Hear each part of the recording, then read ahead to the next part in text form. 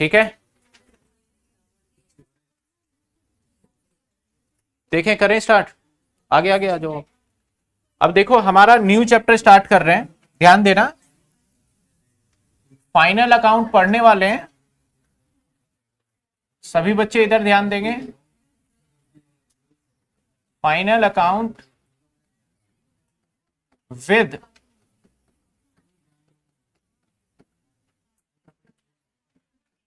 Adjustment,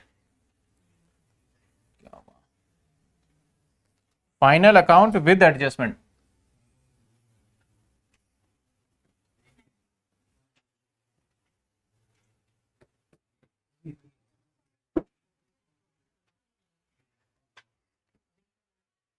हाँ जी, final account with adjustment, जो भी चैप्टर है आपके बुक में नंबर, टीएस ग्रेवाल 11th के क्लास में, वैसे तो 19 है, 20 है, 19 है, ठीक है ना।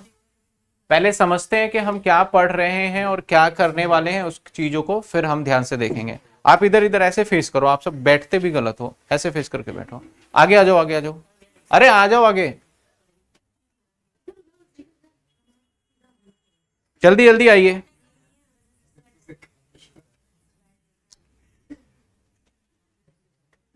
आगे आगे हो जाओ। हाँ, फाइनल अकाउंट विद एडजस्टमेंट समझना आप। और सबसे इंपॉर्टेंट चैप्टर, सबसे पहले हम समझेंगे फाइनल अकाउंट, उसके बाद हमें समझना होगा एडजस्टमेंट। यानी दो वर्ड है यहाँ पे, फाइनल अकाउंट विद एडजस्टमेंट नाम है। तो पहले हमें समझना होगा कि भैया फाइनल अकाउंट क्या है, फिर समझेंगे एडजस्टमेंट क्या है। तो फाइनल अकाउंट ऑलरेडी जो है ना, फाइनल अकाउंट आपको जो बनता है, इसके समझने के लिए आपको आना चाहिए ट्रेडिंग अकाउंट, इसके लिए आपको आना चाहिए प्रॉफिट एंड लॉस अकाउंट, इसके लिए आपको आना चाहिए बैलेंस शीट। ठीक है, कि ट्रेडिंग अकाउंट कैसे बनेगा, प्रॉफिट एंड लॉस कैसे बनेगा, बैलेंस शीट कैसे बनेगा, जो कि हमने ऑलरेडी पिछले चैप्टर के अंदर हमने लास्ट क्लास में भी डिस्कस किया था कि किस तरीके से बनता है। तो अभी इस चैप्टर को जब हम स्टार्ट करेंगे तो फाइनल अकाउंट वाला पोर्शन तो हमें आइडिया हो चुका है कि भाई ट्रेडिंग अकाउंट है, ट्रेडिंग अकाउंट बनता है डायरेक्ट एक्सपेंस से, डायरेक्ट इनकम से, वहां से आंसर जो निकलता है ग्रॉस प्रॉफिट निकलता है, फिर पी एंड एल बनता है, और पी एंड एल बनता है हमारा इनडायरेक्ट एक्सपेंस और इनडायरेक्ट इनकम, वहां से जो आंसर आता है वहां से क्या निकलता है, नेट प्रॉफिट या नेट लॉस, और जो भी नेट प्रॉफिट नेट लॉस है वो चला जाता है बैलेंस शीट के अंदर, और फिर हमारा एसेट्स और लायबिलिटी इक्वल हो जाता है। तो मान लेते हैं कि हमारा आंसर ठीक है। अब हमें समझना होगा एडजस्टमेंट, तो धीरे धीरे करके एडजस्टमेंट हम करते जाएंगे। और ये तो अगर हमें जो आपके बुक के अंदर चैप्टर नंबर है 19, इस चैप्टर को अगर हमें स्टार्ट करना है तो फाइनल अकाउंट वाले पोर्शन को तो करेंगे नहीं हम, मैं सीधा कहां पे लेके चलूंगा, एडजस्टमेंट। अब इसको हम पढ़ेंगे कैसे, तो एडजस्टमेंट, इस चैप्टर को आने के लिए ना आपको एडजस्टमेंट आना चाहिए। तो हम पढ़ेंगे कैसे, हम एडजस्टमेंट 2-3 करेंगे, फिर उस 2-3 एडजस्टमेंट को जब हम कर लेंगे तो उससे रिलेटेड हम पूरे क्वेश्चंस को, जो पूरा क्वेश्चन है उसके अंदर 2-3 एडजस्टमेंट जब आ जाएगा तो हम फुल फ्लेज क्वेश्चन करेंगे। यानी 3 एडजस्टमेंट हम करेंगे, उसके बाद फिर हम एक क्वेश्चन स्टार्ट करेंगे जिसके अंदर आपको trading, P and L, balance sheet बनाना पड़ेगा एडजस्टमेंट के साथ। यानी पहले मान लो मैंने एक एडजस्टमेंट कराया, फिर दूसरा एडजस्टमेंट कराया, तीसरा, वट एवर जो भी है, फिर जब हम ये तीनों सीख जाएंगे तो एक हम क्वेश्चन ट्राई करेंगे। क्वेश्चन जब ट्राई करेंगे तो क्या होगा, ट्रेडिंग पी एंड एल हो जाएगा, और एक क्या बन जाएगा, बैलेंस शीट बन जाएगा। और ये जो तीनों एडजस्टमेंट हमने सीखा है, ये तीनों इस क्वेश्चन आंसर के अंदर हम क्या करेंगे, अप्लाई कर लेंगे, तो हमें लगेगा कि हमने ये चीजें क्या करा है, सीख लिया है। जो मैं बता रहा हूं हम किस तरीके से पढ़ेंगे। अब भाई हमें जब नोटिंग करेंगे तो नोटिंग का भी अच्छा खासा ख्याल रखना पड़ेगा, क्योंकि मैं एडजस्टमेंट को एक ही जगह नोट कराना चाहता हूं। तो लगभग लगभग आपको 10 पेजेस, जैसे मैं, आप एडजस्टमेंट नोट करोगे, वैसे तो आज से जो नोट करोगे, मान लिया मैंने बोला 3 एडजस्टमेंट कराऊंगा, सपोज करो मैंने एक दिन में 3 एडजस्टमेंट कराया, मैंने बोला चलो क्वेश्चन अगली क्लास में करेंगे, तो अगली क्लास में 3 एडजस्टमेंट के बाद क्वेश्चन नहीं करना, 10 पेजेस छोड़ के चलना है आपको एडजस्टमेंट के लिए। उसके बाद हम क्वेश्चंस की प्रैक्टिस करते जाएंगे, ठीक है ना, ताकि एक जगह रहे और एग्जाम टाइम पे आपको इजी हो, एक बार में आप रिवाइज कर पाओ पूरा। तो हम आज स्टार्ट करने वाले हैं एडजस्टमेंट। तो सबसे पहले समझो कि एडजस्टमेंट होता क्या है। एडजस्टमेंट का मतलब बेसिकली होता है, एडजस्टमेंट देखो नाम क्या है हमारा इसका, एडजस्टमेंट। यानी जब गलती कर देते हो ना आप, जब कोई चीजें भूल जाते हो, कुछ भी करना, चाहे लिखना भूल गए हो, चाहे कंप्लीट ओमिशन, पार्शियल ओमिशन, कैसा भी हो, जब आप लिखना भूल जाते हो मिस्टेक बाय मिस्टेक, तो ऐसे सिचुएशन में जब आप भूल गए ना, तो ये हमारा ट्रायल बैलेंस है, और ट्रायल बैलेंस में सपोज करो कैपिटल है, कैपिटल 2 लाख रुपए, और फिक्स एसेट्स भी हमने 2 लाख लिख दिया, और ये ट्रायल बैलेंस बना दिया 2 लाख का, और 2 लाख का बन गया। अब मुझे याद आया यार, क्रेडिटर लिखना ही भूल गए इसमें हम तो जब क्रेडिटर लिखना भूल गए तो नीचे हम एक एडजस्टमेंट बनाएंगे कि क्रेडिटर या फिर आउटस्टैंडिंग सैलरी लिखना भूल गए, तो नीचे लिखा हमने कि भाई आउटस्टैंडिंग हमारा वेजेस या फिर सैलरी 2000 है। तो इस ट्रायल बैलेंस के जो चीजें बाहर लिखी हुई है ना, ये बाहर हो गया ना, इससे तो अंदर होता तो ये इसके अंदर होता, तो ये जो चीजें बाहर हो गई, इसी जो बाहर ट्रायल बैलेंस के अंदर देखने को मिलेगा, इसको हम बोलते हैं एडजस्टमेंट। इसको क्या बोलेंगे हम? तो सबसे पहले तो क्लियर होना चाहिए कि विद एडजस्टमेंट में एडजस्टमेंट है क्या। अब ये एडजस्टमेंट क्यों हुआ? क्योंकि हम इसके अंदर लिखना भूल गए, इसके अंदर हम लिखना भूल गए। तो भाई जब इसके अंदर आप लिखना भूल गए हो, तो अब दोबारा जब आप बैलेंस शीट बनाओगे तो उसके अंदर आप इसको इनकॉर्पोरेट करोगे, तो जब इनकॉर्पोरेट करोगे तो हमेशा याद रखना एडजस्टमेंट की 2 एंट्री होगी, कहीं भी डेबिट और कहीं भी क्रेडिट। वही चीज मैं सिखाऊंगा कि कहां डेबिट करना है और कहां क्रेडिट करना है, यानी कहीं भी माइनस हो सकता है और कहीं भी प्लस हो सकता है, क्योंकि हमारे पास कितने अकाउंट है? ट्रेडिंग हो सकता है, वेजिस है, तो मैं अगर सिंपल बताऊं तो एक तो चला जाएगा ट्रेडिंग अकाउंट में और एक चला जाएगा बैलेंस शीट में। अगर आउटस्टैंडिंग हुआ तो एक चला जाएगा ट्रेडिंग अकाउंट में और एक कहां चला जाएगा, ये तो मैंने बताया आपको, तब पता चल गया। ऐसे ही बहुत सारे एडजस्टमेंट है जिसको मुझे बताना पड़ेगा कि कहां और कैसे जाएगा, तो हम एक एक करके एडजस्टमेंट के नोट बनाएंगे और उसके हिसाब से हम करते जाएंगे। तो पहला एडजस्टमेंट जो मैं स्टार्ट करने वाला हूं, that is called closing stock के ऊपर होगा। सबसे पहले क्लोजिंग स्टॉक। अब क्लोजिंग स्टॉक हो सकता है हमारा 2 जगह गिवन हो सकता है। अब 2 जगह का मतलब हो सकता है कि इसके अंदर भी गिवन हो सकता है। मैंने बोला भाई आउटस्टैंडिंग का एडजस्टमेंट सिखा रहा हूं, तो हो सकता है बच्चे क्या करते हैं कि सर ट्रायल बैलेंस में क्लोजिंग स्टॉक है, इसका क्या करना है और इसका, तो 2 जगह है। मैं बोलूंगा कि भैया 2 जगह हो सकता है ट्रायल बैलेंस में हो और हो सकता है कहां हो, एडजस्टमेंट में हो। तो मैं कह रहा हूं कि क्लोजिंग स्टॉक को मैं अगर मान के चलूं तो 2 जगह आपको गिवन हो सकता है। ध्यान देना, 2 जगह किस किस जगह हो सकता है? हो सकता है हमारा कहां हो सर, ये हो सकता है ट्रायल बैलेंस में हो, और दूसरा कहां हो सकता है हमारा, एडजस्टमेंट में। समझ रहे हो? यानी क्लोजिंग स्टॉक पे जब मैं एडजस्टमेंट सिखा रहा हूं तो इसका मायने ये है कि ये आपको क्लोजिंग स्टॉक वाला वर्ड आपको 2 जगह देखने को मिल सकता है। हो सकता है ट्रायल बैलेंस के अंदर हो और हो सकता है कि एडजस्टमेंट में हो। अब बताओ, ट्रायल बैलेंस के अंदर जब मैं कोई चीज लिखूंगा तो क्या मैं भूल गया हूं या सब ठीक चल रहा है? ठीक चल रहा है, तो इसकी 2 बार एंट्री करने की जरूरत ही नहीं है क्योंकि आपने एरर ही नहीं किया। ट्रायल बैलेंस के बाहर वाले की 2 बार एंट्री करते हैं, तो जब ट्रायल बैलेंस के जब अंदर गिवन होगा तो कितनी एंट्री होगी? सिर्फ एक ही जगह जाएगा, तो ये जाएगा सिर्फ और सिर्फ बैलेंस शीट के एसेट्स में, एसेट साइड, बैलेंस शीट के एसेट साइड बस। अगर ट्रायल बैलेंस में गिवन है, अगर आपको गिवन है एडजस्टमेंट में, तो ये 2 जगह चले जाएगा। एडजस्टमेंट वाली एंट्री हमेशा 2 जगह जाती है, और एक डेबिट और एक क्रेडिट। तो मैं साथ के साथ जनरल एंट्री भी बताऊंगा इसका, ठीक है ना? तो 2 जगह जाएगा। 2 जगह कहां जाएगा? हो सकता है ये चला जाएगा, अगर एडजस्टमेंट में हुआ तो एक जाएगा हमारा ट्रेडिंग अकाउंट में, ट्रेडिंग अकाउंट में, और एक जाएगा हमारा बैलेंस शीट। बैलेंस शीट को थोड़ा शॉर्ट में लिख रहा हूं, बीएस लिख रहा हूं, इसका मतलब बैलेंस शीट है। सर अब ये ट्रेडिंग अकाउंट में कहां जाएगा और बैलेंस शीट में कहां जाएगा, वो भी सुन लो आप। सर ट्रेडिंग अकाउंट में जो जाएगा वो जाएगा हमारा क्रेडिट साइड, क्रेडिट साइड जाएगा, ठीक है ना? और सर बैलेंस शीट में कहां जाएगा? बैलेंस शीट में जाएगा आपका एसेट साइड। बैलेंस शीट में कहां जाएगा आपका? एसेट साइड चला जाएगा, ठीक है ना? अच्छा सर, इसके 2 चीजें इसके अंदर नोट मैंने पहले भी लिखवाया, ऑल दो फिर लिखते हैं नोट। इस पे आपको क्या ध्यान देना है नोट में कि कभी कभी इस जो क्लोजिंग स्टॉक की 2 वैल्यू गिवन होती है, यानी व्हेन क्लोजिंग स्टॉक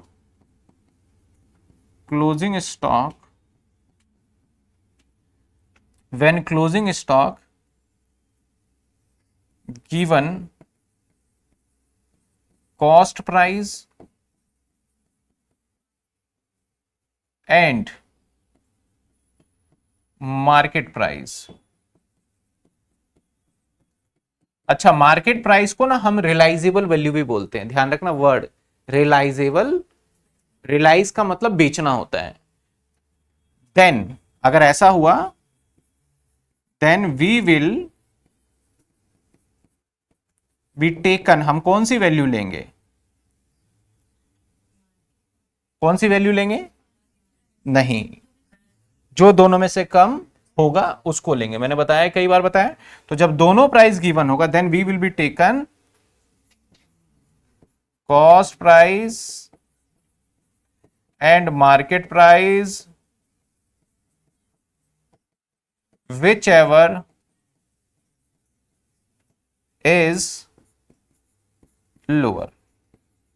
तो कौन सी वैल्यू लेंगे हम, जो दोनों में से कम होगा। अब एग्जांपल देखो मैं कैसे बता रहा हूं।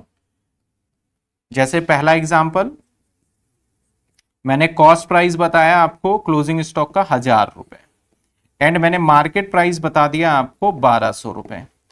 तो आप यहां पे आंसर क्या होगा, आंसर होगा अमाउंट में 1000।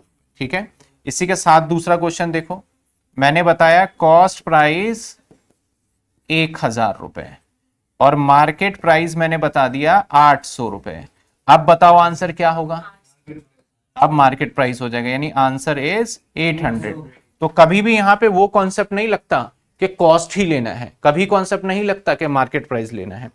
इसके अलावा जितने भी जगह गुड्स यूज होता है, चाहे आपका लॉस बाय फायर हो, चाहे ड्राइंग हो, चाहे आपका चैरिटी में गिवन हो, चाहे एडवर्टीजमेंट में गिवन हो, सब जगह कॉस्ट प्राइस लगता है। सब जगह कौन सा लगता है, सिर्फ यहां पर ही विच एवर इज लो वाला कॉन्सेप्ट एप्लीकेबल होगा। तो क्लोजिंग स्टॉक का हमारा ये। अब सर जर्नल एंट्री भी मैं साथ के साथ लिख दूं तो सही रहेगा वैसे। अब जर्नल एंट्री जब भी करोगे तो ट्रेडिंग अकाउंट के अंदर से होगा इसका जर्नल एंट्री, बेसिकली कुछ ट्रेडिंग से, कुछ पीएनएल से, या फिर जर्नल एंट्री एक साथ ही कर दूंगा मैं, या साथ के साथ लिख के चलो। अभी रहने देते हैं क्योंकि पहले ये एडजस्टमेंट समझ में आ जाएगा। फिर कई बार जर्नल एंट्री में ना साथ के साथ करता हूं ना, तो कई बार क्या होता है, बच्चे को ये समझ में आ गया और उसका जर्नल एंट्री समझ में नहीं आया तो बोलेंगे एडजस्टमेंट ही समझ नहीं आया, यानी आधा जो समझ में आया उसको भी खराब कर देंगे वो। तो मैं इससे अच्छा है कि बाद में एक साथ जितने भी होंगे सबको लाइन वाइज, आपके बुक में भी गिवन है इनफैक्ट, लाइन वाइज कर दूंगा, तो कम से कम ये समझ में आ रहा है तो आगे सारा समझ में आ जाएगा। ठीक है, एक साथ कर ली। हाँ जी, जर्नल एंट्री, हाँ, क्योंकि एग्जाम में क्वेश्चन कई बार जो ये फाइनल अकाउंट होगा इसके चॉइस में जो आएगा, या तो इसके पूरा प्रॉपर अकाउंट बनाओ, और चॉइस में आएगा या तो इस एडजस्टमेंट की जर्नल एंट्री कर दो, तो वो एग्जाम में चॉइस में आता है। तो ये पहला एडजस्टमेंट हमने डन कर लिया। किसी को डाउट है इसमें, दो जगह। दूसरा एडजस्टमेंट देखते हैं, दूसरा एडजस्टमेंट देखते हैं, एडजस्टमेंट नंबर 2, आउटस्टैंडिंग या एरियर या पेबल या ड्यू या अनपेड, ऐसा कोई भी शब्द दिखे आपको, ऐसा कोई भी वर्ड दिखे आपको जो सामने है, ऐसा कोई भी वर्ड दिखे और एक्सपेंस के आगे अगर ऐसा कोई वर्ड दिखे, तो इसका मतलब ये हमारे लिए होता है बाय नेचर बन जाएगा लायबिलिटी। ठीक है ना, अगर ये वर्ड आगे पीछे कहीं भी, ऐसा हो सकता है मैं बोलूं सैलरी आउटस्टैंडिंग और मैं बोल दूं आउटस्टैंडिंग सैलरी, फर्क नहीं पड़ता। ये वर्ड किसी खर्चे के आगे लग जाए, कौन कौन सा हो सकता है कि भैया आउटस्टैंडिंग वर्ड लगा दूं, हो सकता है मैं बोलूं सैलरी ड्यू है यार, या मैं हो सकता है बोल दूं यार सैलरी पेबल है, या मैं बोल सकता हूं सैलरी एरियर है, या मैं बोल सकता हूं सैलरी अनपेड है। तो ऐसा कोई भी वर्ड मैं लगा रहा हूं किसी खर्चे के आगे, तो समझ जाना ये लायबिलिटी का पार्ट होता है हमारा। ये आउटस्टैंडिंग यानी हमारा क्या है, लायबिलिटी है। समझ में आ रही है बात आपको यहां तक। अगर ये लायबिलिटी है तो ये भी आपको दो जगह देखने को मिल सकता है। दो जगह कहां कहां हो सकता है, मे भी पॉसिबल है कि ये आपको देखने को मिले कहां पे, ट्रायल बैलेंस में, ट्रायल बैलेंस में, और हो सकता है कहां देखने को मिले, एडजस्टमेंट में। हो सकता है ट्रायल बैलेंस, हो सकता है एडजस्टमेंट, इधर इधर हो सकता है ट्रायल बैलेंस और हो सकता है एडजस्टमेंट। अगर ट्रायल बैलेंस में होगा तो कितनी एंट्री बताई मैंने, एक ही होगी। तो भाई इसका नेचर तो लाइबिलिटी है, तो सिंपल ये चला जाएगा बैलेंस शीट के लाइबिलिटी साइड में चला जाएगा, बस और कुछ नहीं करना। जब कभी भी ट्रायल बैलेंस में आपको दिखे तो बस बैलेंस शीट के लाइबिलिटी में, इसके अलावा पूछोगे सर दूसरी जगह कहां लिखा है, तो सवाल ही इनवैलिड है, क्योंकि ट्रायल बैलेंस के अंदर है तो दूसरी जगह जाएगा ही नहीं। लेकिन जब आपका एडजस्टमेंट में होगा तब आपके ये दो जगह जाएंगे।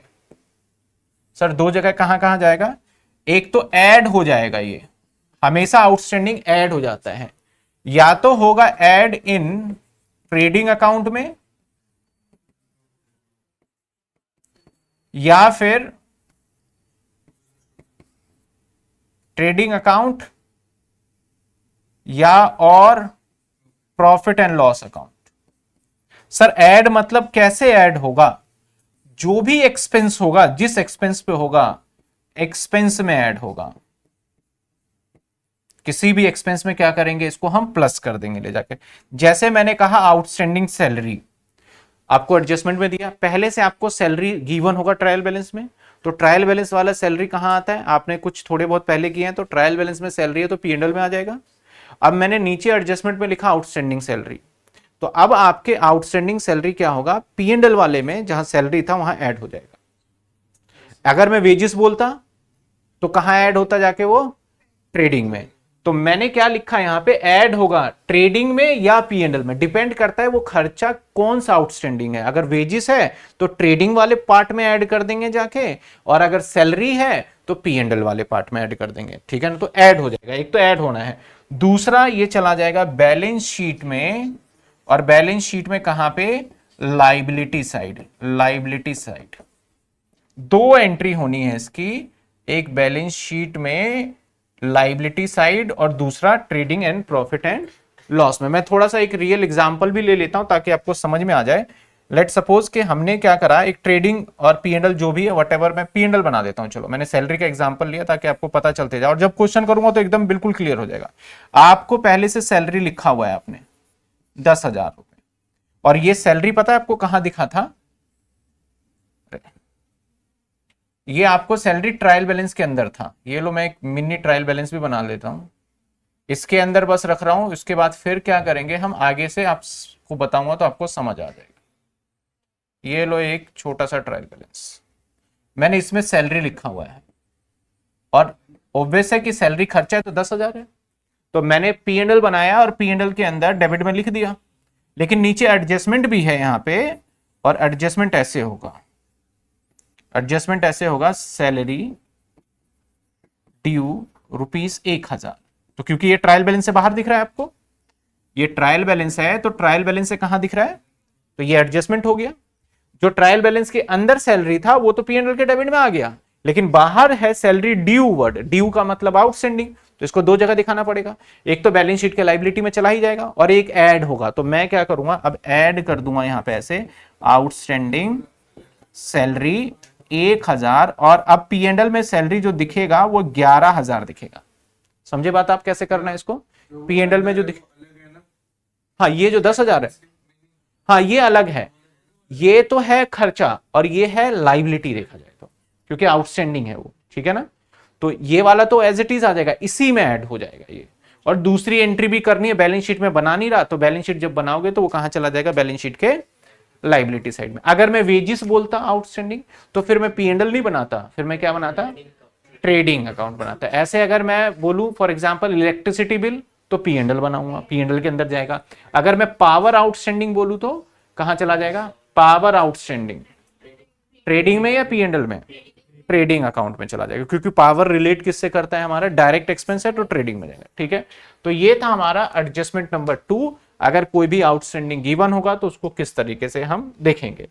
आ जाइए adjustment number 3, that is prepaid या अनएक्सपायर्ड, या फिर आपका रिलेटेड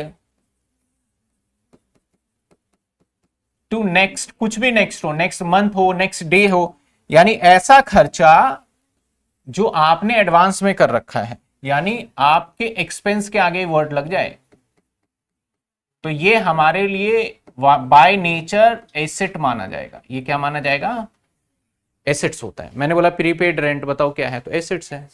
नॉर्मली देखा जाए तो ये होगा। अब ये आपको कहां देखने को मिल सकता है, दो जगह। एक कहां मिल सकता है आपको, ट्रायल में, एक हो सकता है ट्रायल बैलेंस, और एक हो सकता है बैलेंस, सॉरी एडजस्टमेंट में। एडजस्टमेंट में ट्रायल में बैलेंस में अगर दिखा तो कितनी एंट्री करोगे बताओ, एक ही जाएगा, कहीं भी जाएगा। तो ट्रायल बैलेंस में होगा तो नेचर चेक करो, नेचर एसेट्स है तो ये सिंपल चला जाएगा बैलेंस शीट के एसेट साइड। आपको कोई क्वेश्चन ही नहीं पूछना सर प्रीपेड में तो आपने बोला था दो जगह, मैं दोनों बता रहा हूं आपको। और अगर एडजस्टमेंट में हुआ तो अब दो जगह करोगे, एडजस्टमेंट में हुआ तो दो जगह करोगे। कहां जाएगा, एक ट्रेडिंग या फिर प्रॉफिट एंड लॉस में। सर ट्रेडिंग और प्रॉफिट एंड लॉस में क्या करोगे, आप लेस कर दोगे, इसको माइनस कर दोगे, लेस फ्रॉम एक्सपेंस। जहां पे भी हो, वेजिस है तो ट्रेडिंग में, और दूसरा है तो हमारा यहां पे आ जाएगा, ठीक है ना। तो लेस फ्रॉम क्या करोगे आप, एक्सपेंस, और दूसरा चला जाएगा बैलेंस शीट में। और सर बैलेंस शीट में कहां जाएगा, ये एसेट साइड, एसेट साइड चला जाएगा, बैलेंस शीट में चला जाएगा ये एसेट साइड।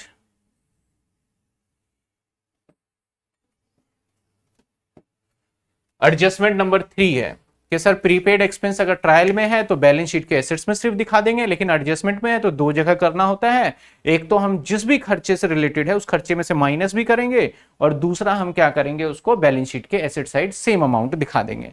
मान लो 1000 माइनस किया है तो वही 1000 रुपए चला जाएगा बैलेंस शीट के एसेट्स में भी, अगर कहां गिवन हो एडजस्टमेंट में। तो मैं अभी एडजस्टमेंट करा रहा हूं, हो सकता है अभी आपको लगे कि कैसे करना है, कैसे इंप्लीमेंट होगा। तो जब 3-4 एडजस्टमेंट होगा ना, तो फिर मैं पूरे क्वेश्चंस जब कराऊंगा तो आपको बिल्कुल क्लियर होगा कि किस तरीके से किया जा रहा है, ठीक है। एक और एडजस्टमेंट देखते हैं, adjustment number 4, depreciation.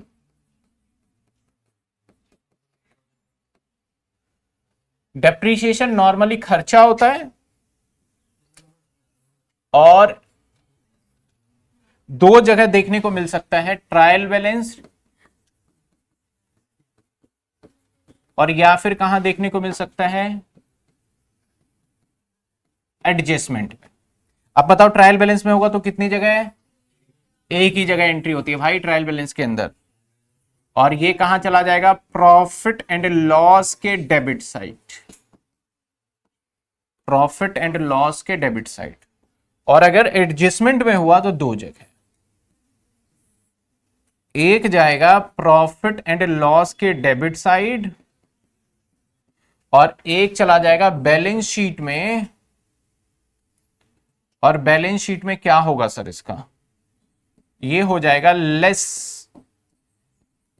From fix assets. जिस एसेट्स पे डेप्रीशिएशन लगा हो, आपको तो पता ही है डेप्रीशिएशन कौन से एसेट्स पे लगता है, फिक्स एसेट्स। तो जिस भी फिक्स एसेट्स, मशीनरी पे लगा होगा तो मशीनरी में से माइनस करके पी&एल में, फर्नीचर पे लगा हो तो फर्नीचर में से माइनस करके पी&एल में, लैंड एंड बिल्डिंग पे लगा हो तो लैंड एंड बिल्डिंग में से माइनस करके पी&एल में, जिस एसेट्स पे। तो लेस हो जाएगा बैलेंस शीट में जाके एसेट्स में से, और दूसरा चला जाएगा कहां, पी&एल के डेबिट साइड में। किस नाम से, डेप्रीशिएशन के नाम से ही जाएगा, बाय नेम ऑफ डेप्रीशिएशन। तो ये था हमारा कौन सा, adjustment number 4, that is a depreciation. अब डेप्रीशिएशन कैसे कैलकुलेट करते हैं वो आपको आता है। अगर हमने बोला 10% 1 लाख का तो सिंपल 10%। एसएलएम कैसे निकलेगा, डब्ल्यूडीबी कैसे निकलेगा, रिसेंटली आपने डेप्रीशिएशन वाले चैप्टर में किया है। तो अब यहां पे ये मत समझना कि सर पूरा डेप्रीशिएशन का क्या वो क्वेश्चन ही करना, नहीं। सिंपल मैं बोलूंगा मेरे पास बिल्डिंग 1 लाख रुपए का है और डेप्रीशिएशन 10% है, तो सिंपल बस 10% निकाला, इधर उधर करा, यही है यहाँ पे डेप्रीशिएशन। बहुत बड़े वाला नहीं है जो आप सोचो, अगर दिमाग में इमेजिन कर रहे हो तो वो गलत इमेजिन है आपके दिमाग में, बिल्कुल सिंपल सा रहता है इसमें, ठीक है ना। अब कुछ वो एसेट्स बाद में खरीदा जाएगा। पहले देखो 4 एडजस्टमेंट, पहले चारों एडजस्टमेंट को हम फटाफट से एक बार रिवाइज करें। पहला एडजस्टमेंट था क्लोजिंग स्टॉक। क्लोजिंग स्टॉक कहां देखने को मिल सकता है, दो जगह है, या तो हो सकता है ट्रायल बैलेंस या एडजस्टमेंट। ट्रायल बैलेंस वाला कहां कहां जाएगा, सिर्फ एक ही जगह जाएगा, बैलेंस शीट के एसेट्स में। और अगर एडजस्टमेंट में है तो एक तो ट्रेडिंग अकाउंट के क्रेडिट साइड भी जाएगा और बैलेंस शीट के एसेट साइड भी जाएगा। लेकिन अगर इसकी दो वैल्यू मिलेगी तो विच एवर इज लोअर वाला हम वैल्यू कंसीडर कर लेंगे। अब दूसरा है आउटस्टैंडिंग का। आउटस्टैंडिंग ट्रायल बैलेंस में भी हो सकता है और एडजस्टमेंट में भी। अगर ट्रायल बैलेंस में हुआ तो सिर्फ और सिर्फ बैलेंस शीट के लायबिलिटी में लिखेंगे और एडजस्टमेंट में हुआ तो दो जगह एंट्री करना पड़ेगा। एक तो कोई भी खर्चा जिसके ऊपर आउटस्टैंडिंग है उसमें ऐड हो जाएगा, चाहे वो ट्रेडिंग से बिलोंग करता हो चाहे P&L से बिलोंग करता हो। दूसरा, वो सेम जितना आउटस्टैंडिंग था वो बैलेंस शीट के कहां पहुंच जाएगा, लायबिलिटी साइड में दिखा देंगे हम। तीसरा है प्रीपेड, तो हो सकता है ट्रायल बैलेंस में हो और हो सकता है एडजस्टमेंट में हो। ट्रायल बैलेंस में हुआ तो एक जगह बैलेंस शीट के एसेट्स में डाला छुट्टी। अगर एडजस्टमेंट में है तो भाई फिर दो जगह करना पड़ेगा आपको। किसी भी खर्चे जो कि कहीं से भी बिलोंग कर रहा है उसमें से माइनस कर दोगे। जैसे वेजेस है तो ट्रेडिंग में से माइनस होगा और सैलरी है तो P&L में से माइनस हो जाएगा हमारा, ठीक है ना। और दूसरा बैलेंस शीट के एसेट साइड में हम दिखा देंगे।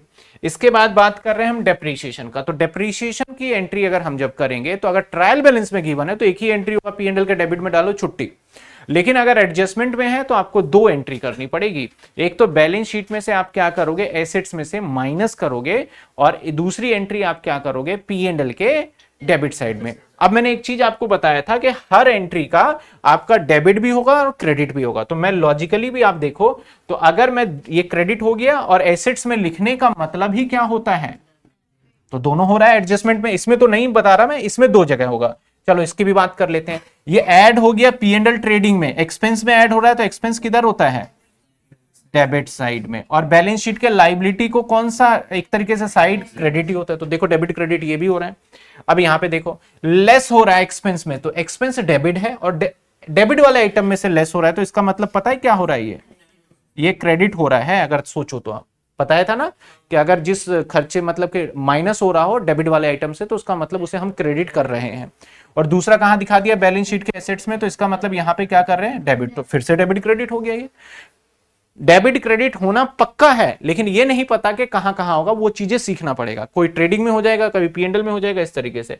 अब इसमें देखो P&L के डेबिट साइड तो बोल ही दिया डेबिट हो रहा है, और less from fix assets, asset से माइनस कर रहे हो। तो यहाँ पे बायोलॉजिकली आप अगर सोचते हो तो ये क्या हो रहा है, पॉइंट अगर दिमाग में रखो तो क्रेडिट हो रहा है। तो कभी भी कोई ऐसा एडजस्टमेंट आ जाता है, कई बार पेपर में होता है ना कि ऐसा एडजस्टमेंट आ गया जो पहले कभी नहीं देखा, वैसे कभी होगा नहीं लेकिन हो गया, तो आप दिमाग में कॉन्सेप्ट लेके चलना। आप जहां भी एंट्री अपने दिमाग को यूज करके लिख रहे हो तो ये जरूर ध्यान रखना कि ये मैंने देखो यहाँ पे डेबिट कर दिया, तो दूसरी जगह जहां भी होगा वो क्या होगा, क्रेडिट हो जाएगा। और अगर आपने ये दिमाग लेके किया तो आपका एडजस्टमेंट गलत ही नहीं होगा। वो चांसेस है कि आप जो तुक्का लगाओगे वो तुक्का भी सही निकल जाएगा, लेकिन आपने सोचा कि कहीं भी कर देते हैं, चल एक P&L में लिख देते हैं, फिर एक क्रेडिट कर देते हैं, फिर गलत हो जाएगा।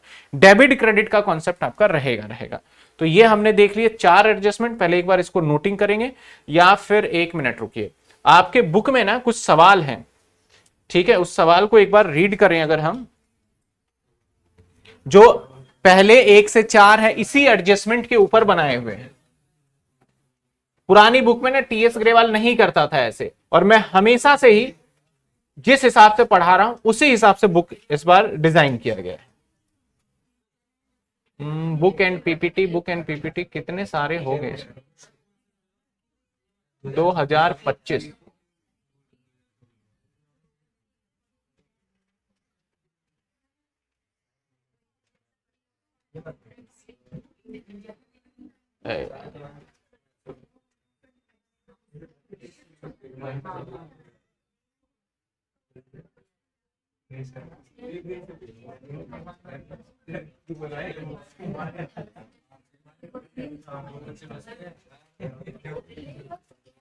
चलिए, हाँ देखिए पहला क्वेश्चन ध्यान दीजिए, ये छोटे छोटे क्वेश्चन है, मैंने करा दिया ऑलरेडी, बस आपको एक बार गो थ्रू करके पता चल जाएगा। क्लोजिंग स्टॉक 31 मार्च 50,000 अपीयर आउटसाइड ट्रायल बैलेंस। अब आउटसाइड ट्रायल बैलेंस का मतलब क्या हुआ भाई, हाँ वो तो हमें भी पता है, मतलब एडजस्टमेंट हुआ, उसका मतलब क्या हुआ, एडजस्टमेंट हुआ। Trial balance account close 31 March, pass adjusted entry and show will be appear in the final account. तो अभी एंट्री मैं नहीं सिखा रहा, बस आपको यहां पे ये लिख समझ लेना देख के कि कहां कहां बोल रहा है। तो देखो क्या बोल रहा है, एडजस्टमेंट एंट्री डेबिट कर दोगे क्लोजिंग स्टॉक को और क्रेडिट कर दोगे ट्रेडिंग अकाउंट को। तो हमने भी ट्रेडिंग अकाउंट में क्रेडिट में लिखा था और स्टॉक यानी एसेट्स में डेबिट किया था। तो ऐसे छोटे छोटे कुछ क्वेश्चन देखने को मिलेंगे। यहां पे कहता है वेजेस दे दिया, और ये जो छोटा सा मिनी सा बना रखा है ये क्या है, एक्सट्रैक्ट ऑफ ट्रायल बैलेंस। एक वर्ड है यहाँ पे एक्सट्रैक्ट। एक्सट्रैक्ट का मतलब पता है क्या होता है, अधूरा, ठीक है ना, जैसे बोलते हैं ना टूटा फूटा, तो वही है एक्सट्रैक्ट। जब भी एक्सट्रैक्ट वर्ड होगा तो इसका मतलब पूरा नहीं दे रहे हैं हम, थोड़ा सा उसका पार्ट दे रहे हैं बस समझाने के लिए। तो एक्सट्रैक्ट ऑफ ट्रायल बैलेंस यानी आपको पहले से वेजेस 55,000 पता था, नीचे कहता है कि भाई एडिशनल इंफॉर्मेशन में बोलता है कि वेजेस आउटस्टैंडिंग है 1 महीने का। तो अब यहां पे 1 महीने का, यहां पे देखो थोड़ा सा कलाकारी दिखा है, तो इसका मतलब भाई जब भी ट्रेडिंग P&L बनता है वो 12 महीने का बनता है, याद रखना। कितने महीने का बनता है, अब यहां पे 55,000 है, तो अब बोलता है 1 महीने का बाकी है, तो इसका मतलब ये जो दे रखा है वो 11 महीने का होगा। तो डिवाइड 11 करोगे तो 5,000 रुपए आ जाएगा, और 5,000 इसका मतलब आउटस्टैंडिंग होगा। ये मैं अलग से कराऊंगा एडजस्टमेंट, इसमें बीच में आ गया क्योंकि इसे सिस्टमेटिक नहीं करा होगा। 1 से 2 साल में जैसे जैसे इनको लगेगा चीजों को देखेंगे तो कर देंगे सिस्टमेटिक। मैं तो अपने हिसाब से सिस्टमेटिक चलने वाला हूं। तो इसके अंदर 5,000 रुपए ऐड हो जाएगा और दूसरा 5,000 रुपए लाइबिलिटी साइड में चला जाएगा। यहां पे दे दिया आपको सैलरी एंड वेजेस, और नीचे दे दिया salary yet to be paid. अब येट टू बी पेड का मतलब भी आउटस्टैंडिंग है, ये बात ध्यान रखना। येट टू बी पेड का मतलब होता है अभी पेमेंट करना बाकी है, तो मतलब आउटस्टैंडिंग ही हो गया, ठीक है। एंड इलेक्ट्रिसिटी बिल जो अमाउंट 2500 रिसीव 2 अप्रैल तक का। तो ये आपको इस तरीके से छोटे छोटे एडजस्टमेंट है।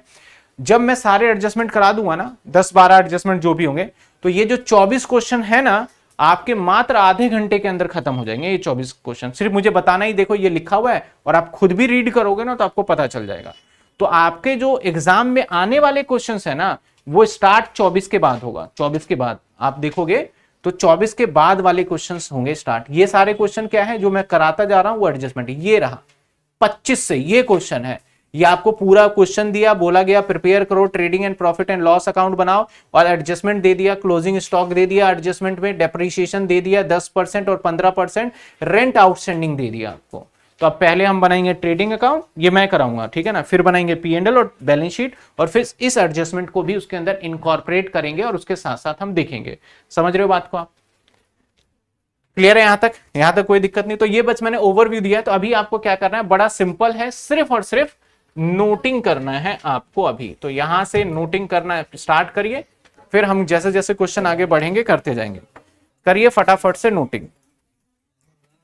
हर एक क्लास में टारगेट रखेंगे कम से कम 4 से 5 एडजस्टमेंट करें, तो 4 से 5 क्लास में आपके सारे एडजस्टमेंट खत्म हो जाएंगे इसके।